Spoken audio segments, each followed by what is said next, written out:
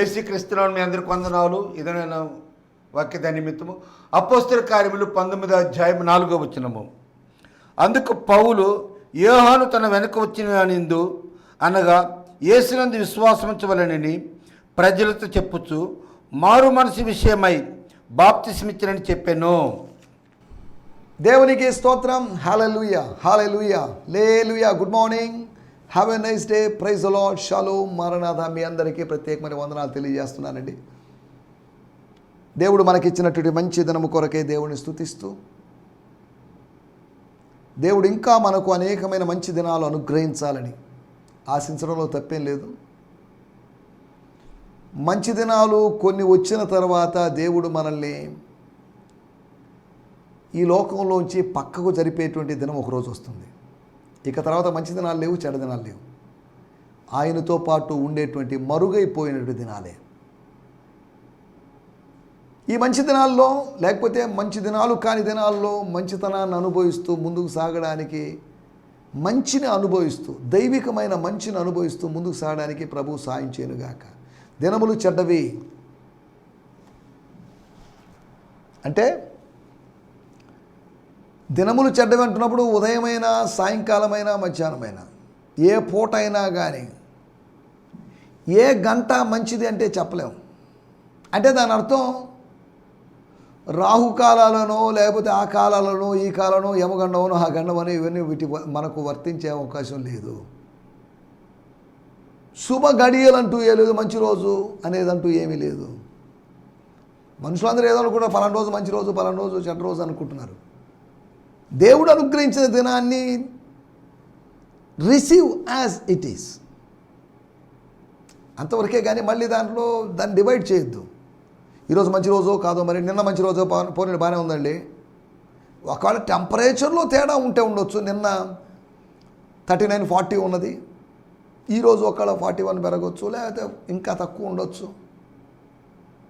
కానీ దీనిని బట్టి మంచి చెడు అని మనం డిసైడ్ చేయడం లేదు. ఆల్రెడీ డిక్లేర్ చేశాడు పౌలు, దీస్ ఆర్ ఈవిల్ డేస్. చెడుతనము ప్రబలిపోతున్న రోజులు, అంత్య దినాలు కాబట్టి ఇలాగే ఉంటాయి. లోతు దినాలు, నోవహు దినాలు, జనాలు తినుచు, తాగుచు, నాటుచు, కట్టుకొనుచు, పెళ్ళిళ్ళకిస్తూ, మెటీరియలిస్టిక్గా అనగా శరీర సంబంధమైన కార్నల్గా సాగిపోతున్నటువంటి రోజులు ఇవి. కాబట్టి ఈ దినాల్లో కూడా మనం ఆత్మీయంగా ముందుకు సాగొచ్చు. పరిశుద్ధాత్మదేవుడు మనకు అందుబాటులో ఉన్నంత కాలము మనం ఆయన గైడెన్స్ ప్రకారము, వాస్తు ప్రకారము, లేకపోతే వేరు గడియల ప్రకారం మనం కొనసాగే వాళ్ళం కాదు. పరిశుద్ధాత్మ నడిపింపు ప్రకారము ఎందరైతే దేవుని ఆత్మచేత నడిపించబడతారో వారందరూ దేవుని కుమారులను రాయబడింది. దేవుని కుమారులు అనబడిన వాళ్ళకి దేవుని నడిపింపు ఉంది. ఆ నడిపింపును కాదని తోసి వేసుకోవడంలో అర్థం లేదు. దేవుని స్తోత్రం, హల్లెలూయా. రండి, ఈ సమయంలో దేవుని వాక్యాన్ని ధ్యానించుకుందాం. ఈ ఉదయకాలం మీరు దేవుని వాక్యాన్ని ధ్యానించారా? ధ్యానించకపోతే ఈ కార్యక్రమం తర్వాత అయినా, అనగా 8:30 తర్వాత అయినా మీరు కొద్దిసేపు you spend some time with the word of God. దేవుని సన్నిధిలో గడిపిన సమయం ఎప్పటికీ వ్యర్థం కాదు. సినిమా హాల్లో గడిపిందో, షాపింగ్ మాల్లో గడిపిందో, అక్కడ గడిపిందో, ఇక్కడ గడిపిందో, బీచ్ దగ్గర గడిపిందో వేస్ట్ అవ్వచ్చేమో, కానీ దేవుని సన్నిధిలో పెట్టుబడిగా పెట్టబడిన నీ సమయం, that's going to be precious. ప్రార్థనా సమయాన్ని గురించి స్వీట్ అవర్ ఆఫ్ ప్రేయర్ అన్నారు. మధురమైనటువంటి ప్రార్థనా గడియ. It's a sweet in the spirit. ఆత్మలో తీయదనము కలిగించేటువంటి క్షణం. దేవుని స్తోత్రం, హల్లెలూయా. నిన్నటి ఎపిసోడ్లో పరిశుద్ధాత్మను గూర్చిన సంగతి, the things regarding Holy Spirit. పరిశుద్ధాత్మను గురించిన సంగతి అనే టైటిల్ ఎందుకు పెట్టాం? కారణం ఏంటంటే పరిశుద్ధాత్ముడు ఉన్నాడు అన్న సంగతి మాకు తెలియదు. పరిశుద్ధాత్మ ఉనికిని ప్రశ్నించేటువంటి, పరిశుద్ధాత్ముడు ఉంటే పరిశుద్ధాత్ముడు నీ జీవితంలో నింపుదల చేయాలి. పరిశుద్ధాత్ముడు నీ జీవితంలో ఉంటే పరిశుద్ధాత్ముడు నిన్ను నడిపించాలి. ఉన్నాడు కాబట్టి నడిపిస్తాడు, లేకపోతే ఎలా నడిపిస్తాడు? ఆయన అక్షరార్థంగా లేకపోయినప్పటికీ కూడా ఆత్మీయంగా మనల్ని నడిపిస్తాడు. మనకందరికీ తెలిసిందే, ఒక గోడ మీద గాడ్ ఈజ్ నో వేర్ అని రాయమని చెప్పాడంట ఒక ఆయన. ఆ పెయింటింగ్ చేసేటువంటి వ్యక్తి, రాసేటువంటి వ్యక్తి చిన్న పొరపాటు చేశాడు. గాడ్ ఈజ్ నో వేర్ అనే దాని బదులుగా NOW దాన్ని ఒక పదంగా రాసి గాడ్ ఈజ్ నౌ హియర్ అని రాశాడు. వాస్తవంగా అతను అనుకుంది ఏంటంటే గాడ్ ఈజ్ నో వేర్, దేవుడు ఎక్కడా లేడండి, ఒట్టితేనండి అని చెప్పదలుచుకున్నాడు. కానీ ఈ పెయింటర్ తనకు మిస్టేక్గా జరిగి గాడ్ ఈజ్ నౌ హియర్ అనగా ప్రస్తుతము దేవుడు ఇక్కడ ఉన్నాడు అని రాశాడు. దేవుడు లేడు అనేదానికి ప్రస్తుతం దేవుడు ఇక్కడ ఉన్నాడు అనే దానికి తేడా ఉంది. దేవుడు ఇక్కడికి వస్తాడని కాదు, దేవుడు ఇక్కడ ఉన్నాడు. ఇద్దరు ముగ్గురు అక్కడ కూడుకొని ఉంటారు, వారి మధ్యలో ఉంటానని చెప్పాడు. ఈ మాటలు చెప్తున్నప్పుడు స్టూడియోలో నా ప్రసంగం వినడానికి ఎవరూ లేరు, రికార్డింగ్ మాత్రమే జరుగుతుంది. కానీ ఇక్కడ I could feel the presence of Holy Spirit. ఆయన సాన్నిధ్యాన్ని నేను ఆత్మలో అనుభవించగలను. దాని స్తోత్రం. ఒక స్టూడెంట్ ఎగ్జామ్ రాస్తున్నట్లుగా నేను ఇక్కడ బోధిస్తున్నాను. స్టూడెంట్ కాసేపు నిద్రపోయి మళ్ళీ లేచి ఒక క్వశ్చన్ రాసి మళ్ళీ వాడికి నిద్ర పట్టదు, వాడికి టెన్షన్. ఏం రాయాలి, ఎన్ని మార్కులు తెచ్చుకోవాలి, పాస్ అవ్వాలి. ఒకవేళ ఎక్కువ మార్కులు రాకపోయినా కనీసం పాస్ మార్కులైనా, అసలు ఫెయిల్ కాకూడదు. ఇన్విజిలేటర్ కూడా అబ్జర్వ్ చేస్తుంటాడు. ఎగ్జామ్ హాల్ ఈ స్టూడియోలో ఒక లైబ్రరీలో లాగా ఒక సైలెంట్గా నా మాటలు నాకే వినిపిస్తున్నాయి, ఈ మాటలు మీకు వినపడిస్తున్నాయి. ఈ మాటలు దైవ సాన్నిధిలో నుంచి వచ్చిన మాటలు కనుక ఈ మాటలు మీ జీవితాల్లో కార్యాలు చేస్తాయి. దేవుని స్తోత్రం. పరిశుద్ధాత్ముడు ఉన్నాడు అన్న సంగతి ఈ రోజుల్లో ఒకవేళ ఎవరైనా అడిగితే, ఉదాహరణకి నేనే పౌలును అనుకుందాం, ఈ టీవీలో ఈ కార్యక్రమం ద్వారా, శాంతి టీవీలోనే ఆయన ఎచ్చవలసి ఉన్నది అనే కార్యక్రమం ద్వారా మీరు విశ్వసించినప్పుడు పరిశుద్ధాత్మను పొందుతారా అనే ప్రశ్న వేశాను. ఈ ప్రశ్నకు మీరు ఆన్సర్ చెప్పండి. అపోస్తల కార్యంలో 19వ అధ్యాయంలో 2వ వచనంలో ఉన్నట్టు ఆన్సర్ చెప్పొద్దు మీరు, మీ ఓన్ ఆన్సర్స్ రకరకాలు రావచ్చు. పరిశుద్ధాత్ముడు లేకపోతే పరిశుద్ధాత్మను పొందారంటే విశ్వసించినప్పుడు పొందలేదండి, చాలా రోజుల తర్వాత పొందానండి అని ఆన్సర్ రావచ్చు. విశ్వసించినప్పుడే పొందానండి అని చెప్పవచ్చు. ఆల్రెడీ నేను పొందేశాను కదండి, మళ్ళీ పొందడం ఏంటండి, నేను విశ్వసించడానికి కారణం పరిశుద్ధాత్ముడే కదా అని వాదించేవాళ్ళు కూడా ఉండొచ్చు. కానీ ఈ ఆన్సర్ ఎవరు చెప్పలేరు అనుకుంటున్నా నేను. పరిశుద్ధాత్ముడు ఉన్నాడన్న సంగతి కదా. అనగా పరిశుద్ధాత్మ శాస్త్రాన్ని మీరు ఎరిగి ఉండాలని నేను చెప్పడం లేదు. న్యూమటాలజీ అని చెప్పినటువంటి న్యూమోస్ అనగా దేవుని ఆత్మ. పరిశుద్ధాత్మ శాస్త్రాన్ని మీరు ఎరిగి ఉండాలి, పరిశుద్ధాత్మను ఎరిగి ఉండాలి. పరిశుద్ధ శాస్త్రం కాదు.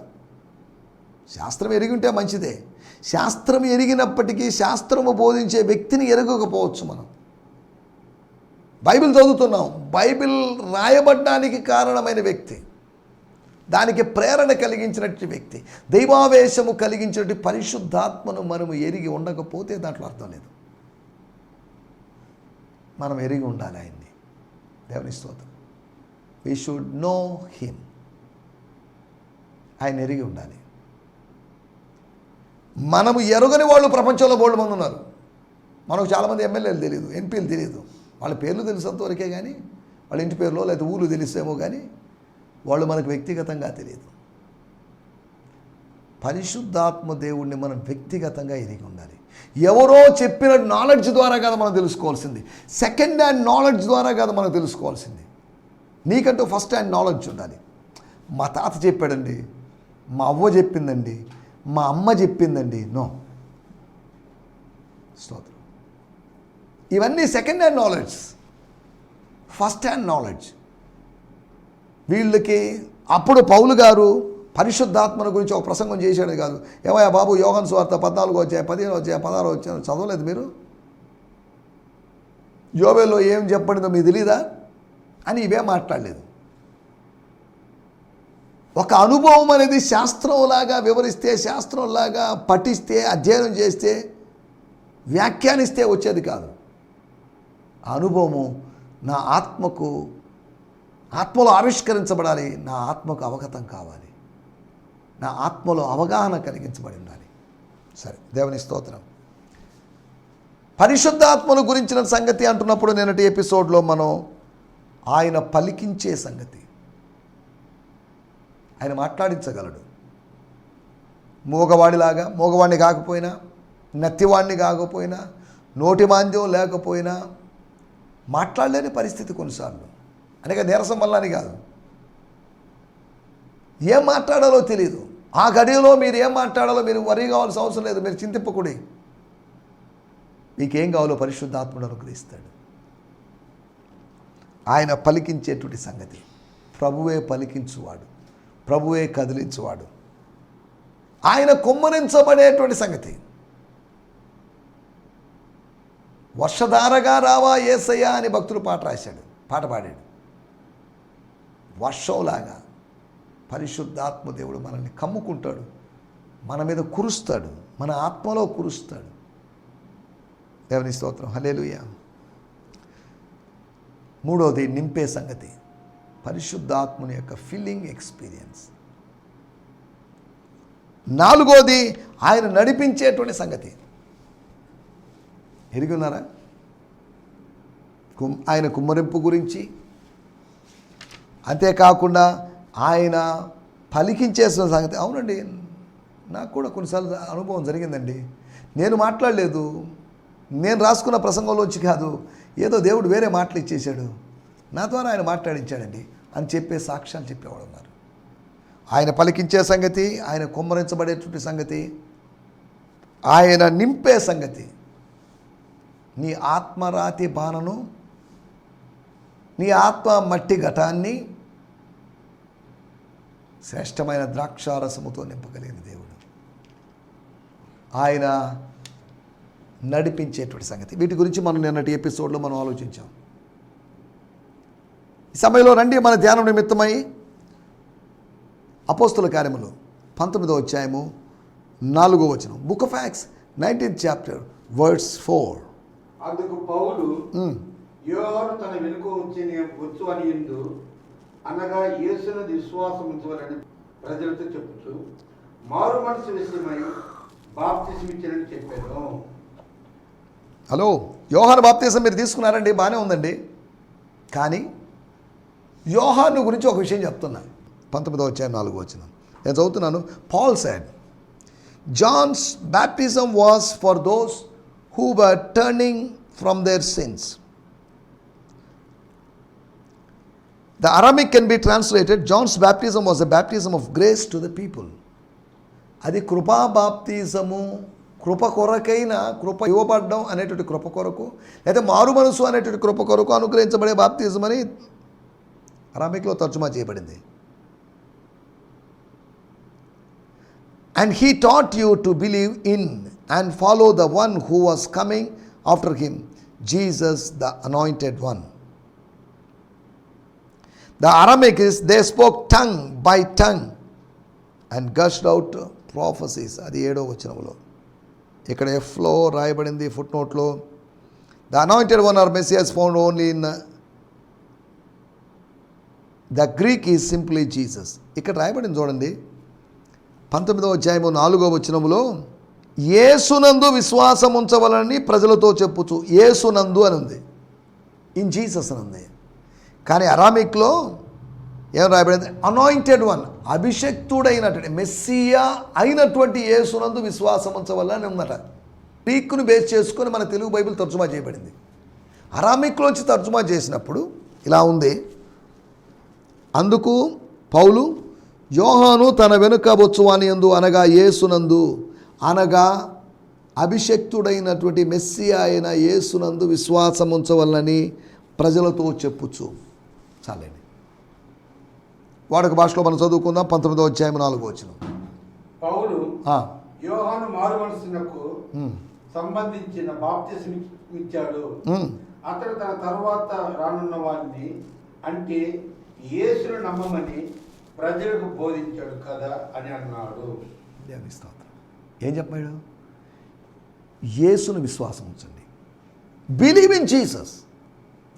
నన్ను కూడా నమ్మండి అని కాదు. నేను మంచోడండి, నేను జకరియా పాస్టర్ గారి కొడుకుని, నేను మంచోడిని, I'm a good man. No.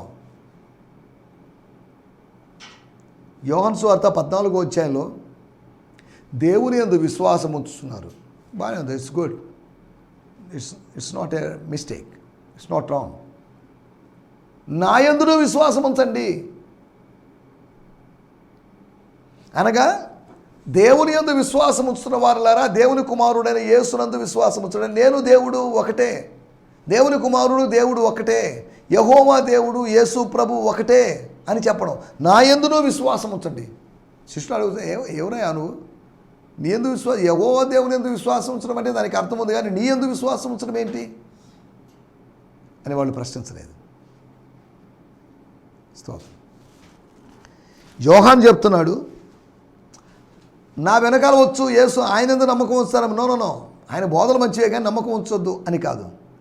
ఆయన యందే విశ్వాసం ఉంచండి. యు బిలీవ్ జీసస్, నాట్ మీ.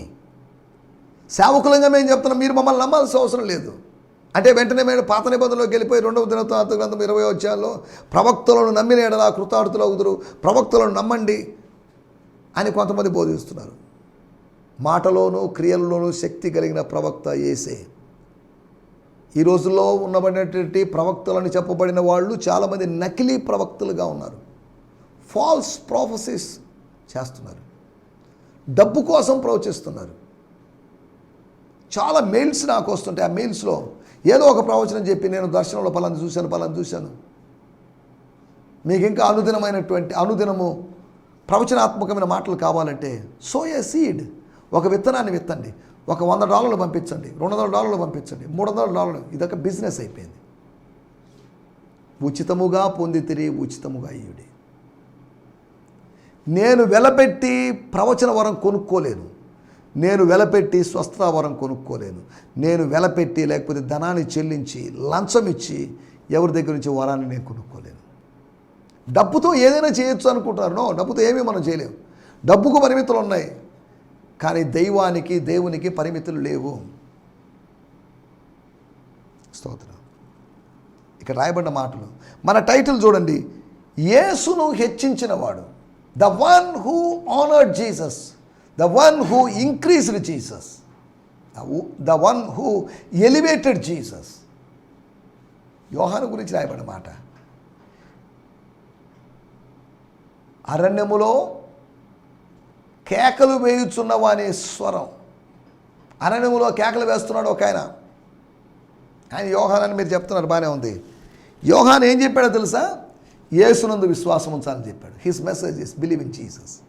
పరలోకాన్ని నమ్మండి, నరకాన్ని నమ్మండి, ఆ సిద్ధాంతం నమ్మండి, ఈ సిద్ధాంతం నమ్మండి అని కాదు. యేసునందు విశ్వాసం, బిలీవ్ ఇన్ జీసస్. సేవకులంగా మేము చెప్పేది బిలీవ్ ఇన్ జీసస్. అద్భుతములు జరిగించే వాళ్ళని నమ్మొద్దు, టీవీ ప్రసంగికులను నమ్మొద్దు, ఏ మనిషిని నమ్మొద్దు, ఏ బంధువుని నమ్మొద్దు, ఏ పార్టీని నమ్మొద్దు. Believe in Jesus.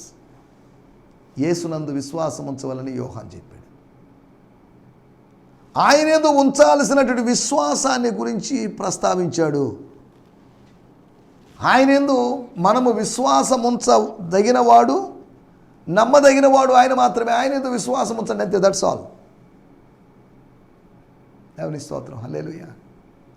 నేను ఒక మనిషిని, నేను పెళ్లి కుమారుణ్ణి కాదు, నేను పెళ్లి కుమారుని యొక్క స్నేహితుణ్ణి.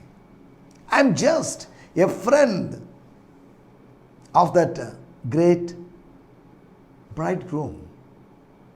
నేను పెళ్లి కుమార్తెనని కాదు, పెళ్లి కుమార్తె కలిగిన వాడు పెళ్లి కుమారుడు. యేసు పెళ్లి కుమారుడు, నేను పెళ్లి కుమారుని యొక్క స్నేహితుడిని. I'm just friend of Jesus.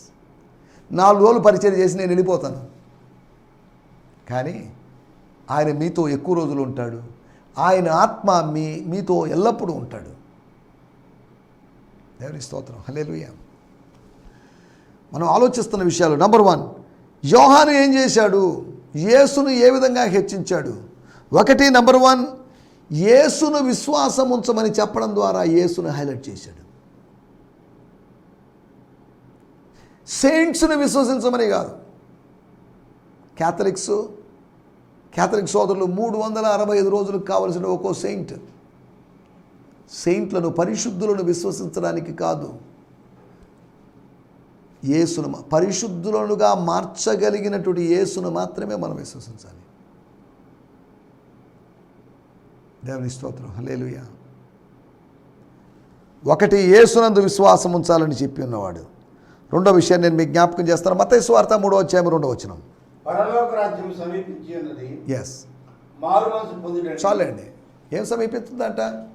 పరలోక రాజ్యం, the Kingdom of God is coming, is near. ఆయన చెప్పిన మెసేజ్ చూడండి.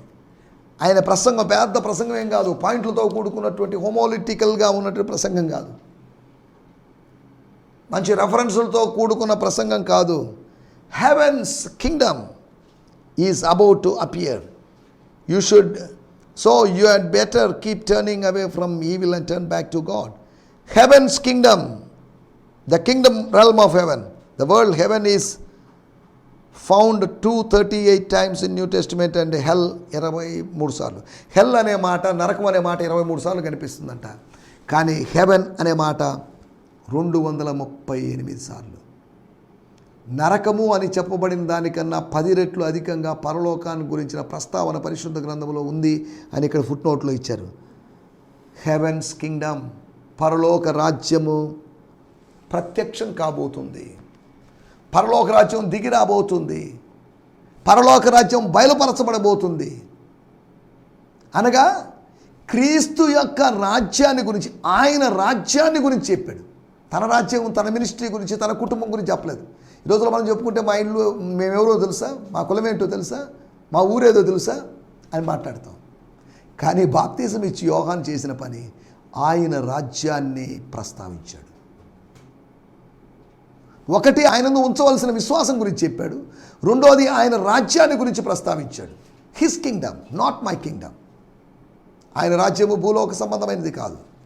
మూడో విషయాన్ని నేను మీకు జ్ఞాపకం చేస్తాను. మార్కు సువార్త 1వ అధ్యాయము 8వ వచనం. నేను నీళ్ళలో మీకు బాప్తిసం ఇచ్చితిని గాని ఆయన పరిశుద్ధాత్మలోను మీకు బాప్తిసం ఇచ్చినని చెప్పి ప్రకటించుచుండెను. Yes, I have baptized you into water, but he will baptize you into the spirit of holiness. పరిశుద్ధాత్మ అనే దానికి పరిశుద్ధతనిచ్చే ఆత్మ అని ప్రస్తావించబడింది. మార్కు సువార్త 1వ అధ్యాయము 8వ వచనంలో ఏం చెప్తున్నాడు? ఆయన బాప్తిజం. ఏమంటే నేను నీళ్ళలో బాప్తిజం, దట్ ఈస్ గ్రేట్. పరిశుద్ధాత్మలో బాప్తిజం ఏంటండి, అగ్నిలో బాప్తిజం ఏంటండి అని అనలేదు. ఈ నీళ్ళలో బాప్తిజం ఎవరైనా ఇవ్వగలరు. నేను కొన్ని వేల మందికి బాప్తిజం ఇచ్చాను నేను. It's easy. అది సులభమైన విషయం, అది కష్టమైన విషయం కాదు. ఒక వ్యక్తికి చేత కొన్ని ప్రమాణాలు చేయించి అతనికి కొన్ని విషయాలు చెప్పి నీళ్ళలో ముంచి లేపడం పెద్ద కష్టమైన విషయం కాదు. కానీ పరిశుద్ధాత్మలో బాప్తిజం అనేది అది యేసు మాత్రం ఇచ్చే పని. నీళ్ళ బాప్తిజం ఇచ్చినవాడు కాదు గొప్ప, పరిశుద్ధాత్మ బాప్తిజం ఇచ్చేవాడు గొప్ప, లేకపోతే అగ్ని బాప్తిజం ఇచ్చేవాడు గొప్ప. కాబట్టి నా వెనకాల వస్తున్న ఆయన, నా తర్వాత వస్తున్న ఆయన, లేకపోతే నా తర్వాత వచ్చిన ఆయన, నేను వచ్చిన తర్వాతే మినిస్ట్రీలోకి వచ్చిన ఆయన, అనగా నాకన్నా కాస్త జూనియర్ అయినటువంటి ఆయన. నేను వెళ్ళిపోతాను, నేను వెళ్ళిపోయినప్పటికీ నా పరిచర్ను కొనసాగించగలిగిన వాడు అన్నట్టుగా యోహాను మాట్లాడుతున్నాడు. ఒకటి, ఆయన ఉంచాల్సిన విశ్వాసం గురించి చెప్పి ఆయన హెచ్చించాడు. రెండోది, ఆయన రాజ్యాన్ని గురించి చెప్పి ఆయన హెచ్చించాడు. మూడోది, ఆయన బాప్తిజం గురించి, ఆయన ఇచ్చే బాప్తిజం గురించి, ఆయన ఇచ్చే బాప్తిజం యొక్క ప్రత్యేకతను ప్రస్తావించి ఆయన్ని మయంపరిచాడు. నాలుగో విషయం చెప్పి నేను ముగిస్తాను. యోహాను సువార్త 3వ అధ్యాయం 30వ వచనం మనకందరికీ తెలిసిన వాక్య భాగం. ఆయన ఎత్తవలసి ఉన్నది, నేను తగ్గవలసి ఉన్నది. దేవునికి స్తోత్రం. శిష్యులతో చెప్తున్నాడు, శిష్యులారా గుర్తుపెట్టుకోండి, నేను హెచ్చవలసి, నేను మీకు చాలా విషయాలు బోధించుండొచ్చు, నేను మీ బోధకుండే కావచ్చు. Not I but Christ, not I but Messiah. చదువుతున్నాను 3వ అధ్యాయం 30వ వచనం. It is necessary for him, అది ఆయనకు అవసరమైంది. ఏంటి? To increase. ఆయన వ్యాపించాలి, విస్తరించాలి, అభివృద్ధి పొందాలి, ఆయన పైకి వెళ్ళాలి. అది అవసరత. కానీ అదే సమయంలో నా అవసరత ఉంది. అదేంటో తెలుసా? నేను నేల మట్టుకు తగ్గాలి. This is my necessity. ఇది నా అవసరత. మన అవసరత ఏంటి? ఆయన్ని హెచ్చిస్తూ నన్ను నేను తగ్గించుకోవడం నా అవసరత. That is important thing. ఆయనతో పాటు మనల్ని హెచ్చించుకోవడం కాదు, ఆయనను హెచ్చిస్తూ మనల్ని తగ్గించుకోవడం. నా మాటలు నేను ఇక్కడ ముగిస్తున్నాను. ఆయన హెచ్చవలసి ఉన్నదని చెప్పి ఆయనను హెచ్చించినవాడు, ఆయన మహిమపరచబడవలసి ఉన్నది, ఆయన ఘనపరచబడవలసింది, ఆయన కీర్తించబడవలసి ఉన్నది అని చెప్పి ఆయనను హెచ్చించినవాడు. శిష్యులకు అర్థం కాలేదు. ఏంటి మా గురువుగారు ఇలా చేస్తున్నారేంటి? ఆయన పరిచర్య విస్తరిస్తుంది, మన పరిచర్య ఆయన పరిచర్యతో పోటీ పడలేకపోతుంది అన్నప్పటికీ ఐఎమ్ హ్యాపీ అని చెప్పాడు. ఏంటిదంతా? ఆయన గొప్పవాడండి. ఆయన మినిస్ట్రీ డెవలప్ అయిందంటే అది అవసరం. కానీ నేను తగ్గవలసిన అవసరం ఉందని చెప్పాడు. నా మాటలు నేను ఇక్కడ ముగించేస్తున్నాను. ఆయనను హెచ్చించినవాడు. యోహానులాగా ఆయనను హెచ్చిస్తూ మనం ముందుకు సాగాలి. ఆయన ఎందుకు విశ్వాసం ఉంచడం గురించి, ఆయన రాజ్యం గురించి చెప్పడం ద్వారా, ఆయన బాప్తిజం గురించి చెప్పడం ద్వారా, ఆయన హెచ్చవలసి ఉన్నది అనేటువంటి ఆ సత్యాన్ని తెలియజేయడం ద్వారా ఆయనను హెచ్చించాడు. ఇలాగా మనము యేసు అనే నామాన్ని హెచ్చిస్తూ, యేసు అనే వ్యక్తిని మాత్రమే హెచ్చిస్తూ ముందుకు సాగడానికి పరిశుద్ధాత్మ దేవుడు మనకు సహాయం చేయనుగాక. ఆమేన్. హల్లెలూయా, హల్లెలూయా. మీ అందరికీ వందనాలు. ఈ సందేశము మీకు ఆశీర్వాదకరంగా ఉందని నమ్ముచున్నాము. ప్రార్థన అవసరతల కొరకు మమ్మల్ని సంప్రదించవలసిన మా చిరునామా గిద్యోన్ మిషన్ చర్చ్, 6వ వీధి, శాంతినగర్, నెల్లూరు 4, ఆంధ్రప్రదేశ్. పిన్ 524004. మా ఫోన్ నంబర్లు 7036443613 మరి ఒక నంబర్ 9392293010. మా ఈమెయిల్ ఐడి gfihmi2015@gmail.com. దేవుడు మిమ్మును ఆశీర్వదించునుగాక. ఆమేన్.